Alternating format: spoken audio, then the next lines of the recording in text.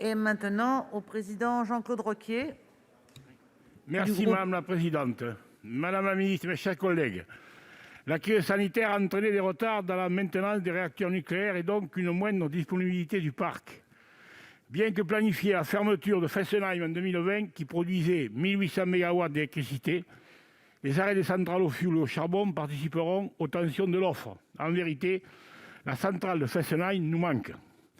Si le risque de blackout sera maîtrisé cet hiver, il ne peut être écarté à l'avenir. Et je remercie les auteurs du débat d'avoir inscrit ce sujet à l'ordre du jour.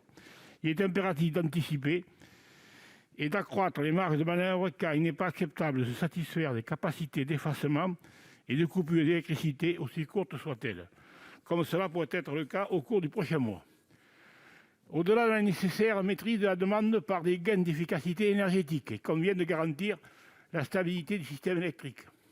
Le développement des capacités de stockage doit s'accélérer afin d'accompagner les efforts de stabilisation des réseaux. À ce titre, le recours à l'hydrogène constitue un levier de flexibilité pour assurer la sécurité d'approvisionnement en énergie ainsi qu'une meilleure intégration des énergies renouvelables. Pour rappel, les énergies renouvelables devraient représenter 40% du mix électrique français en 2030. La stratégie nationale pour le développement de l'hydrogène, ambitieuse d'un point de vue financier avec les 7 milliards qui y sont consacrés, évoque timidement le stockage de l'énergie. Plus que la France, les stratégies américaines et britanniques accordent une importance particulière à la résilience des réseaux énergétiques à travers le stockage souterrain de l'hydrogène. Dès lors, comment le gouvernement entend-il accélérer le développement du stockage massif de l'hydrogène afin d'accompagner la transition énergétique et préserver la sécurité d'approvisionnement de notre pays? Madame la ministre.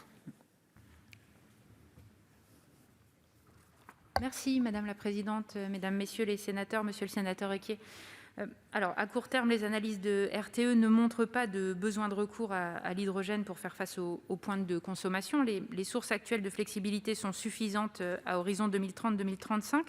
Pour autant, l'objectif prioritaire du développement de l'hydrogène est la décarbonation des usages pour pouvoir l'utiliser directement, notamment dans l'industrie et la mobilité lourde, de manière complémentaire aux solutions entièrement électriques. Et à ce titre, la stratégie hydrogène française, qui a été annoncée en septembre dernier par le gouvernement, fixe un objectif de 6,5 gigawatts d'électrolyse à horizon 2030. Nous nous donnons ainsi la possibilité de massifier la production et l'utilisation d'hydrogène avec une enveloppe de 7 milliards jusqu'à 2030, dont 2 dans le plan de relance.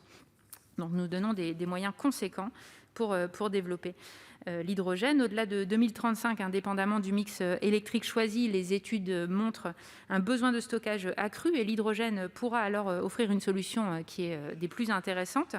Plusieurs études prospectives de long terme sont en cours et permettront de quantifier ce besoin et plus largement de documenter les enjeux et les leviers de notre futur système électrique, notamment le bilan prévisionnel 2050 de RTE qui doit être publié à la mi-2021. Je vous remercie. Merci, monsieur Requier. La parole est donc maintenant à monsieur Fabien Gay pour le